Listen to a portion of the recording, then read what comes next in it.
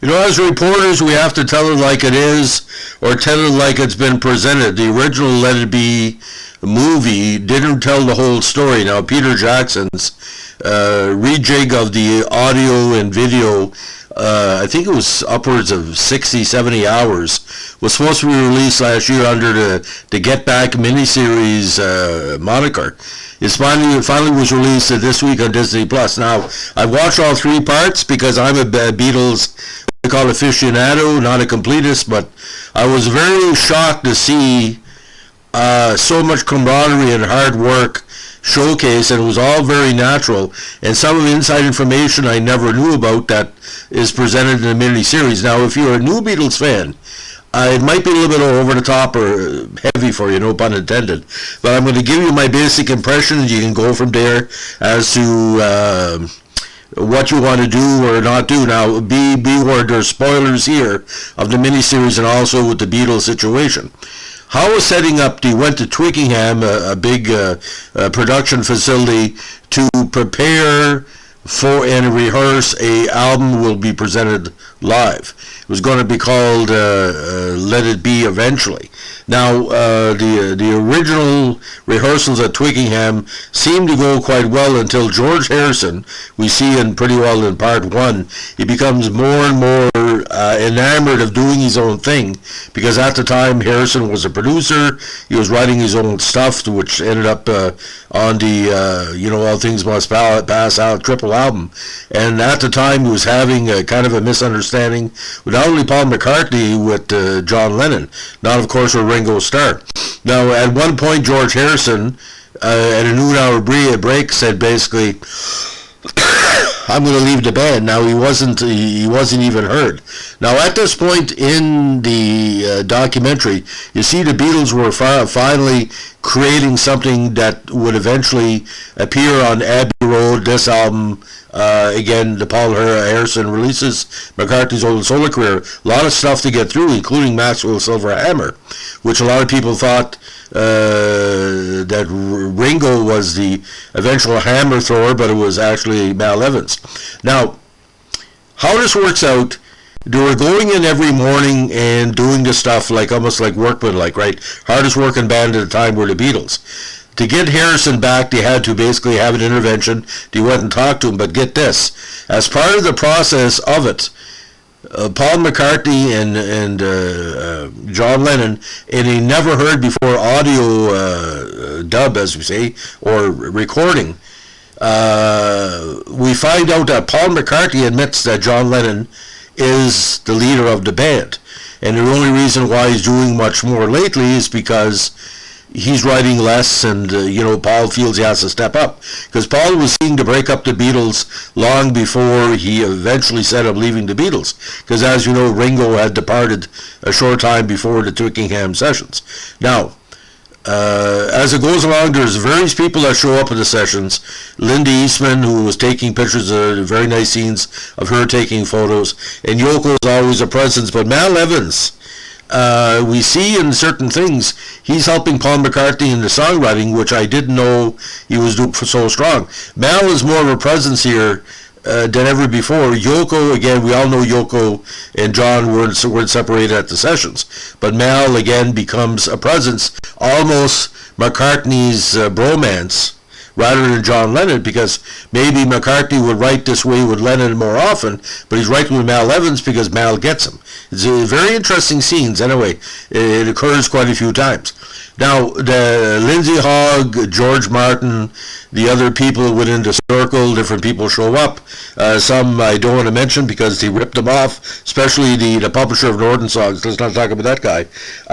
But George Martin is not much of a presence in the first part of the movie, because again, Glyn Johns, who also produced The Who, is the main producer on this, and he does a very competent job because he was always, an artist producer. Now, they decided to leave Twickenham, and you go over to EMI, and that's where the fun begins. Billy Preston, who I consider one of the most underrated keyboardists in the history of rock and roll, pop, and Christian music, he shows up because I guess he's there to do a Lulu show or some interviews, and on the spot, And I think John Lennon brings it up. He said, we need another person to play if we're going to do it live. And he said, maybe you join the band. And you get him very easily, and he becomes an Apple recording artist. But when Billy Preston arrives, the success of the album and the creation starts to hit. Because Billy Preston is like what it's not say the backbeat, no pun intended, but his way of playing the electric organ is so subtle and so important and so dynamic that George becomes energized, and George becomes more and more confident. You see, as the days go on, it increases, and Paul becomes more assured. But all Ringo does really is bug for the camera, have a few smokes. I don't think he says more than 2 lines at a time in most of the production. Yoko obviously is still around, but again, it's a non-factor. Now, the original Let It Be was more negative. Now, all the 3 parts of the series seem as much professional and productive and friendly as Peter Jackson wanted to present. And if for 8 or 9 hours that's in the miniseries, I think this is really how it went. It wasn't negative as Let It Be shown. This was a very positive experience. Now, in the last part, of course, that's where they go on the roof. But Linda Eastman's daughter shows up and steals the show. Paul McCartney's stepdaughter, and she does a few Yoko impersonations that have to be seen to be believed. So she's the star of part 3, the first part of part 3. Now, in the middle part of part 3, they discuss what they're going to present and all that. And again, there's songs from Abbey Road, songs from McCartney's solo work, songs from George Harrison's solo work, songs that they had done before, One After 909. So it's a melange of stuff. When you finally go on the roof, it's shot like a Woodstock triple angle, and they show the whole concert, or as much as they could show it. And it's quite amazing because 80% of the people are talking to say, I love the Beatles, and the other 20%, including a little coot, they woke me up, I didn't expect this today, and blah, blah, blah. So, you gotta understand, if you're a Beatles fan, you're looking at this as things you've seen before, and to see, like, again, different cameos, like Mike McCartney. I've never seen Paul's brother in any of these presentations, and Mike was a good position in his own right. And not to sound weird, doesn't look like Paul at all. So I don't know. There's going to be another mystery there. But anyway, how it worked with the 3-parter, it was being uploaded to Disney, well, in Canada at least. The extra parts were being uploaded 4 o'clock in the morning. I kid you not. Because I woke up through the night after part 1. I turned on Disney Plus. It happened to be on my smart TV. And there it was, because 2 hours before it wasn't there. So, like a fool, I played it in the background just as motivation for this podcast. Now, for the miniseries, I give it an 8.5 out of 10.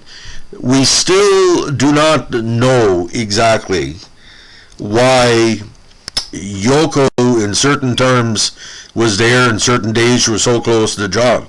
There's one scene where basically shows she's very affectionate to John. She's singing and playing along, like she's digging the music like everybody else. But Linda is more cool water, and there's a scene where Linda is talking to Yoko, and it's so weird to see the Beatles' wives, or common-law wives at the time, because Yoko and John weren't married, to talk that way.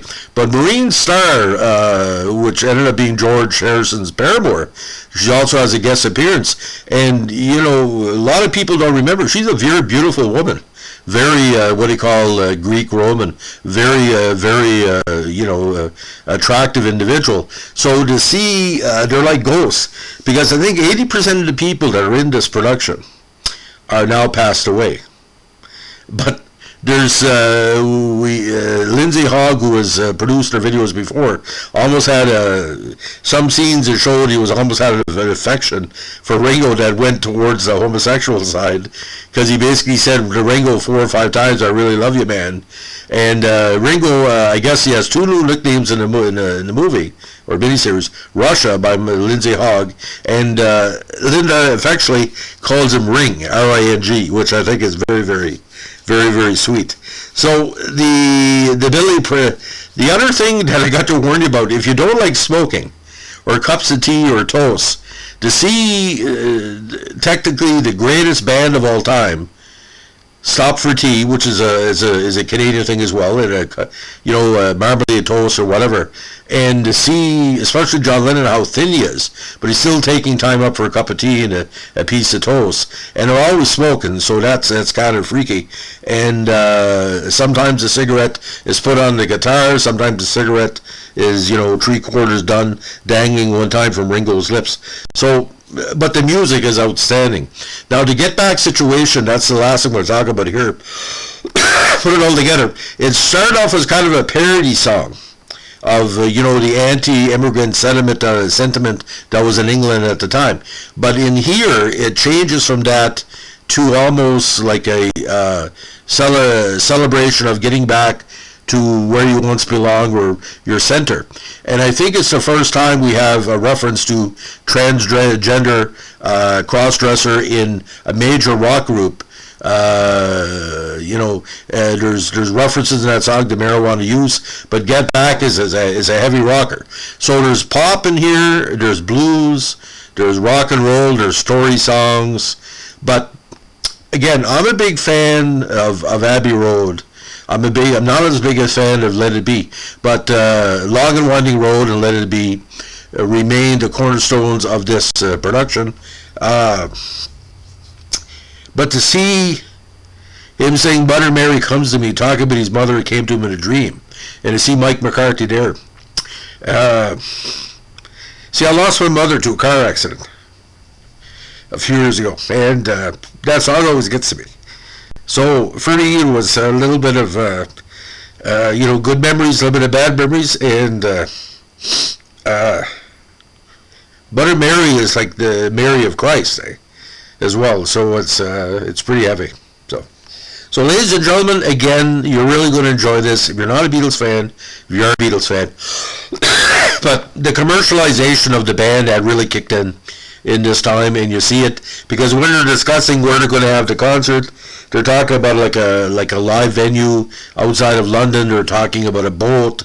They're talking about the Roman Colosseum. They're talking Africa, and Ringo didn't want to do anything of that. And this is for George's drug bust, and for some reason he said I can't go to France. So I don't know what the reference was there. Anyway, there's a lot of, like I said, Easter eggs and tidbits. I'm going to have to look at it 4 or 5 or 6 times over the next few weeks and few months to get everything. But again, if you love the Beatles, this is for you. And there was a guy with an IMDb that said the whole thing was boring. Well, I hate to tell you, ladies and gentlemen, as a journalist, the story is not boring, but the process of doing the research and putting all together the photos and the editing selection is boring, but the result is not boring. You take every Beatles song just came out perfect like that. They were rehearsing and rehearsing and rehearsing. But it's interesting here, they were singing songs from the old Hamburg dates, because remember Mac Shaw, Big Show?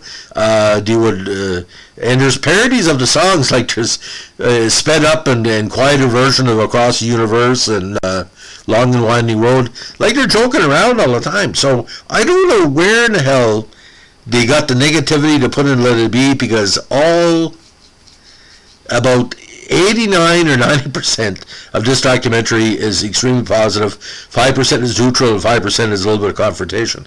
And even the famous line, which a lot of people don't remember, Paul McCartney is basically saying, well, Yoko and John together, that's a good thing, because you gotta love one another, and that really stands out for me, because Paul McCartney was considered to be an egotist, but Paul McCartney, again, one of the most hardest working performers of all time, and look what he did with Wings afterwards, and the different, like what he's doing. He's been nominated for a few Grammys, as a lot of people know, and the latest nominations for 2022 or 21 that just came out.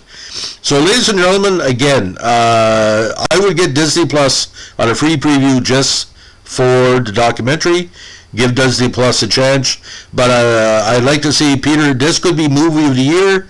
I don't know how an 8-hour documentary or whatever ends up to be, because I heard there could be an expanded version of this too. 8-hour documentary can qualify for Best Picture.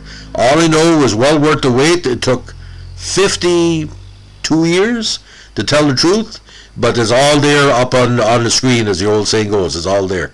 So, ladies and gentlemen, happy Thanksgiving week. The best thing I can say about the Beatles, they were the world, they were of the world. Like Lindsay Hogg said, you are of the world, you have to think of the world, and you are the world. Thanks for listening. Bye.